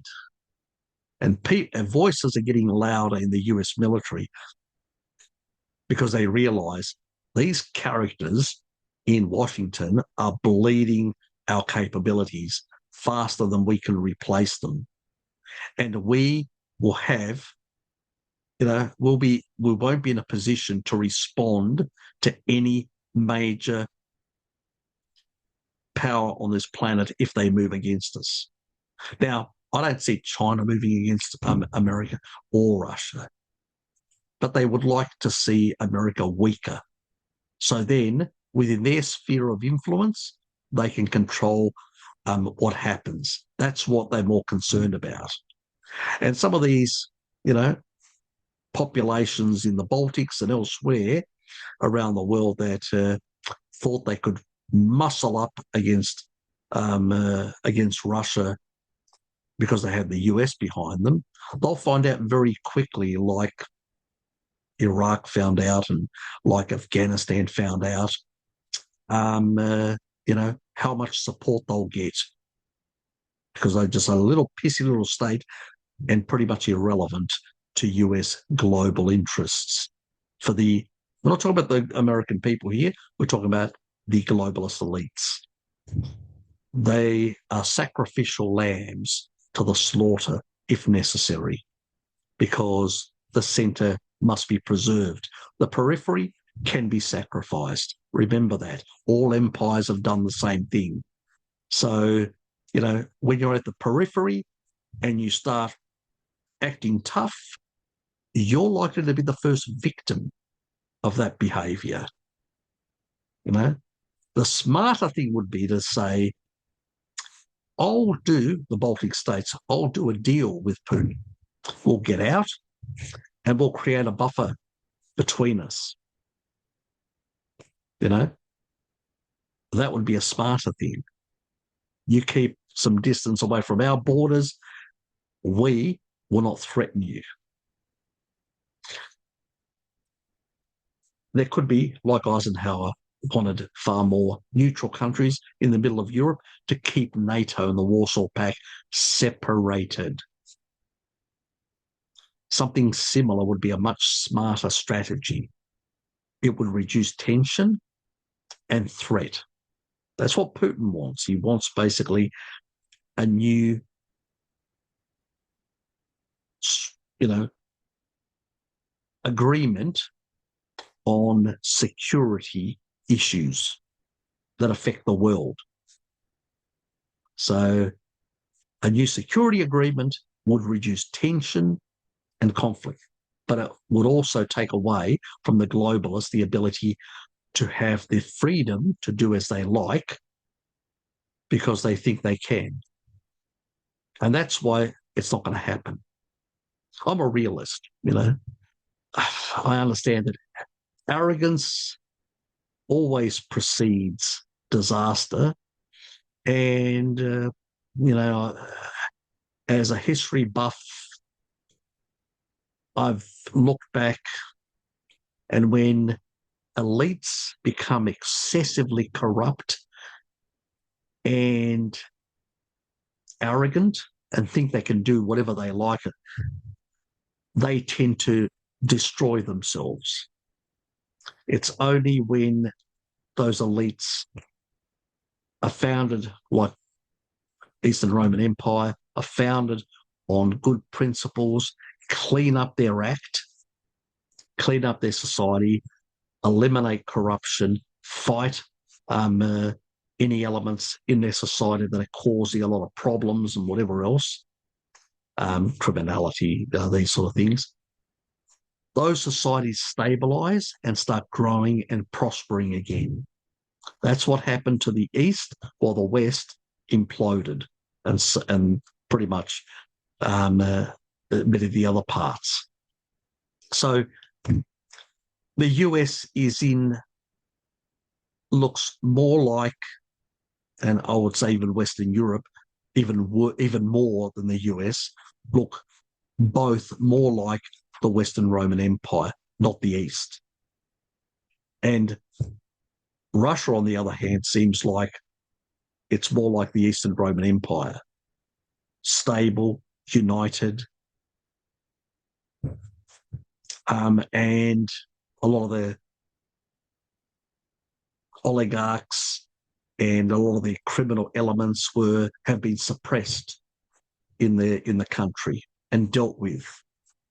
Now, people have criticised that, Putin was a bit of heavy-handed towards these criminal elements like the Azeris or a number of other groups, oligarchs and all that. But you know what? Russia became more stable, better functional, started growing, started prospering, started doing better. So it works. So the Western countries can do the same thing. They can put their house in order. But the problem is that the current leaderships in the West are so corrupt and so arrogant, out of control. You've got dumber and dumbest running the show, that it's like a train wreck. I can't see a way out. The population is confused. The population doesn't get it. And when you have a population that doesn't get it, is disunited, has lost hope, and the only thing that provides solace to their lives is, bread and circus. A bit like the Western Roman Empire. We give you kibble, bread, and circus, the gladiatorial games, and until it collapsed, until it fell apart. And I see that the West is going down the same pathway currently. And the corrupt globalists that run it have no idea what they're doing. Their level of arrogance, their level of stupidity, is at a new level.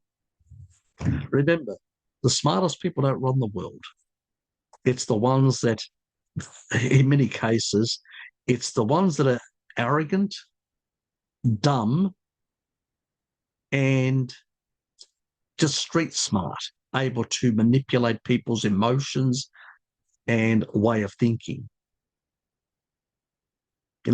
Take a look at Erdogan. He's a populist, street thug. He's nothing. Even his qualifications are questionable. Let's put it that way. And it's again the same sort of characters. An entertainer, real estate entertainer on the other side. Zelensky, comedian. It's people that can basically sell and manipulate people's minds. It's they who get elected. We don't have statesmen, like people like Harry Truman. Yes, boring, but he knew what he was doing, and he set up the US economy to have those sort of golden years of capitalism through, even though the US had high national government debt, he set up the country to basically bring down its debt levels and explode the consumer middle class growth of the 50s and 60s. Yes, a boring man, a very traditionalist in the way he conducted himself and the policies, very boring, but he gave the best years that the US has had. It was the pinnacle of growth of the middle classes. And after that, it's been all just a decline ever since, And Eisenhower warned the Americans about what was to come, completely ignored. He's still quoted, and most people ignore, when they quote him, they ignore what he said. He was against the globalists. That's why they hated him. Remember, he took on the French and the British colonialists and kicked them out of the Arab world. So, and threatened them that he'd throw all their bonds into the open market and do them damage economically at the time. Because he knew that these people are thugs, that you can't trust them, they're criminal in their behaviour. But, over time, the Operation Paperclip Nazis that were brought to America, together with the deep state, together with British intelligence and the growing cancer, which I call the American intelligence. Over time, this fascist type sort of structure that emerged pretty much took control of the US completely. And it's a militaristic, evil sort of entity that is just completely out of control. And it's the reason why ultimately the West will decline and why the West will defeat itself. It may not happen today. They may score the odd victory here or there, but long term, they're in this long-term decline. As I've said, finances have moved to the east to a large extent, and many other things, they can't compete on the industrial level. The supply chains can't be replaced. And I mean, they wanted to pivot to India as their new supply chain. And now they're actually undermining that and pissing them off and pushing them even further into consolidating into BRICS and away from a potential alternative to China supply chain. What the hell are they doing? It just seems like we're the top dog and we're going to get our way. And they don't realise that their population is sick. They're up to their eyeballs in debt, a lot of funny money in the system, and a lot of capability that's being lost Their societies are falling apart, the dilapidated infrastructure.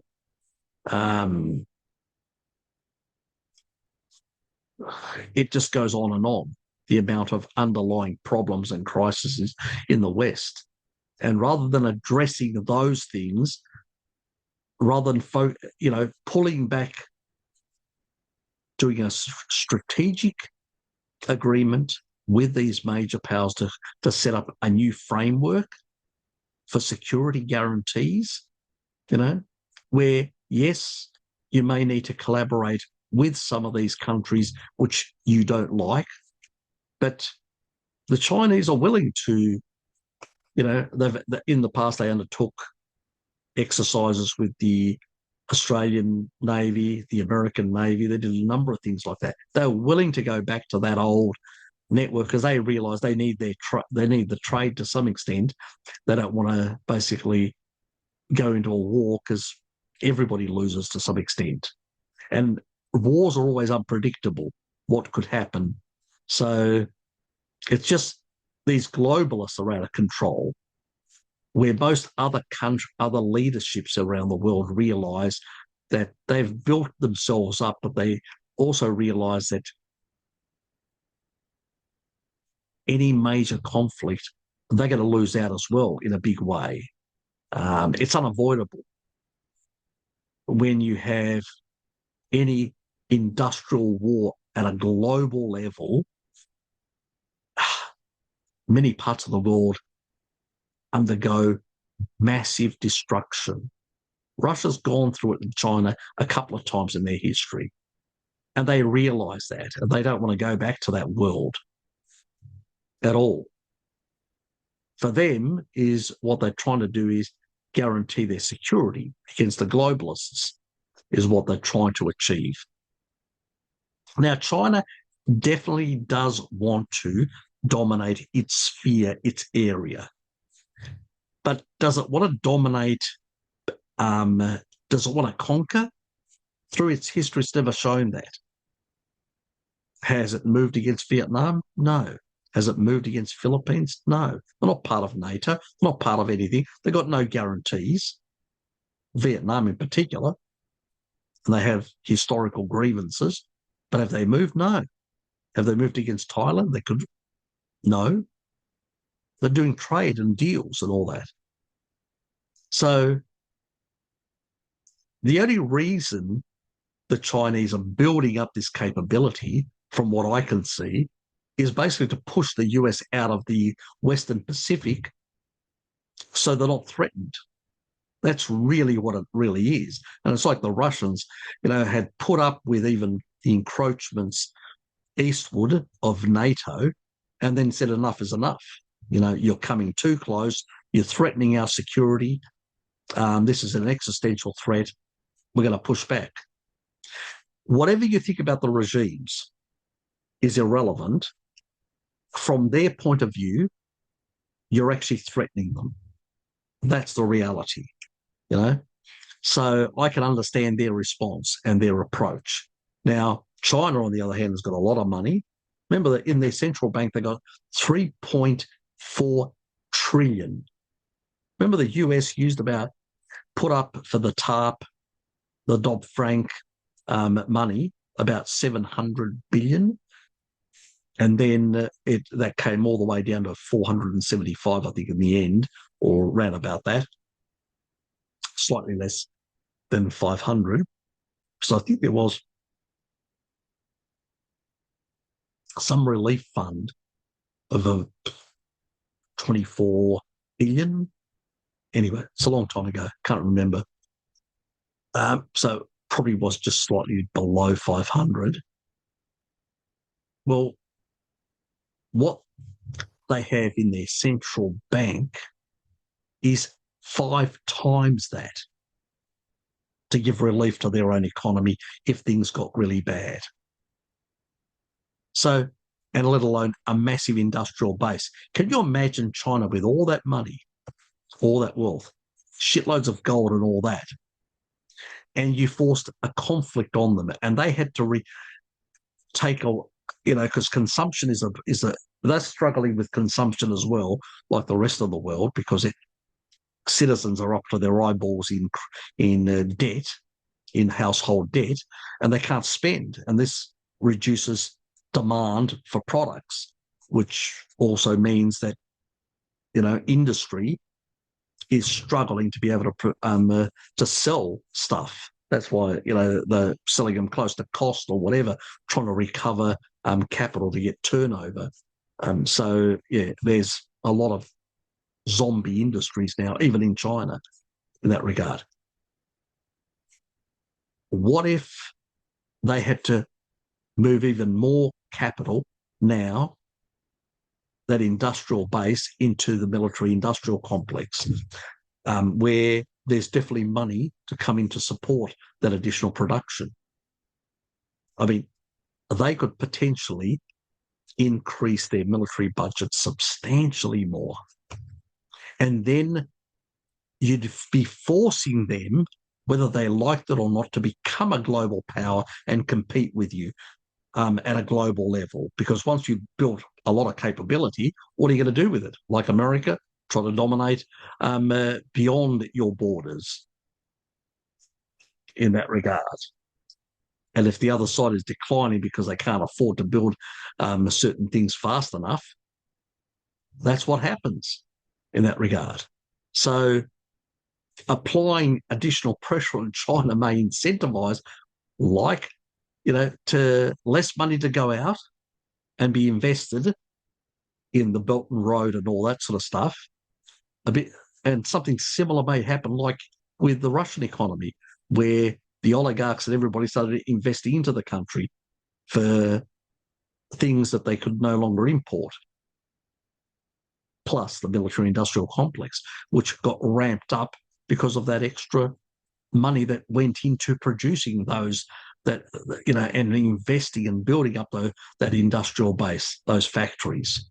Well, something similar could happen in China, and they could be, build a war economy even more rapid than what they're doing currently.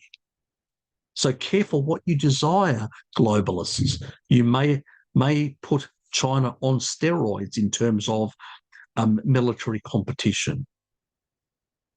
So these are the risks. I don't think these people, you're not engaging in a conflict or in a competition with a country like Libya or Iraq or whatever.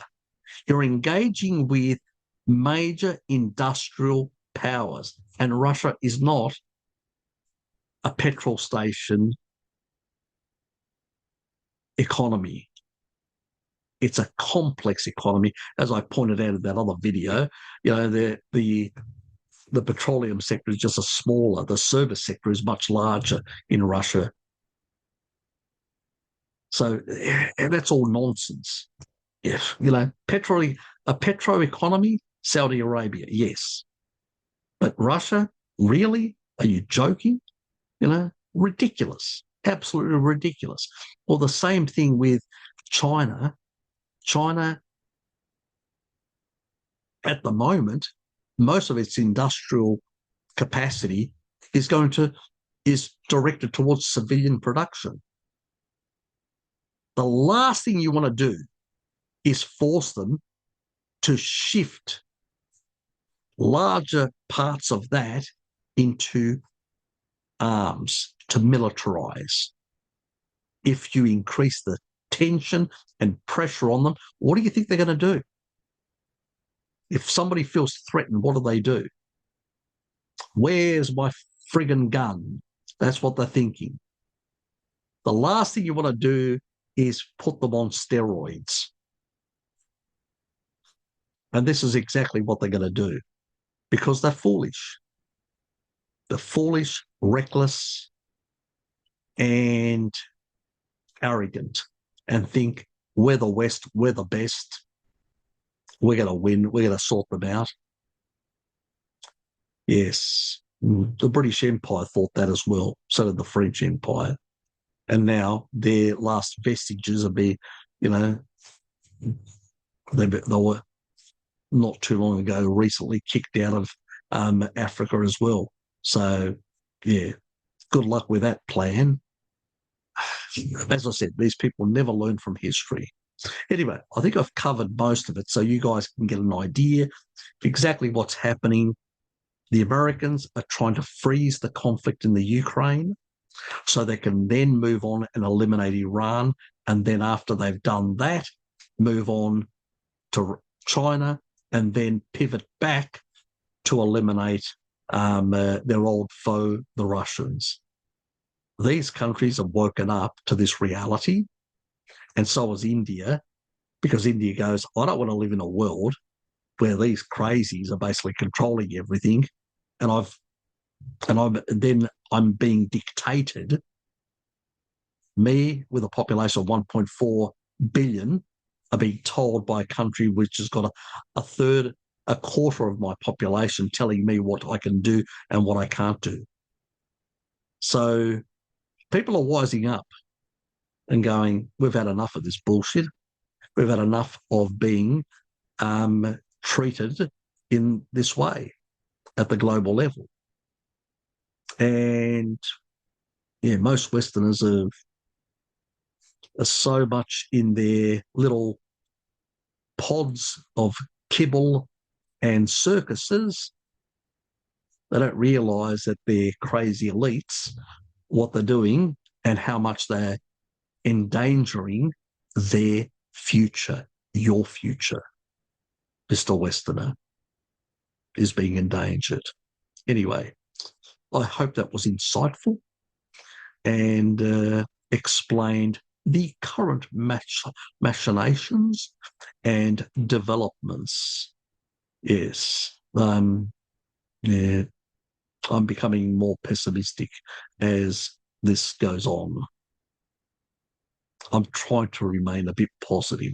Let's put it that way. Anyway, see yous.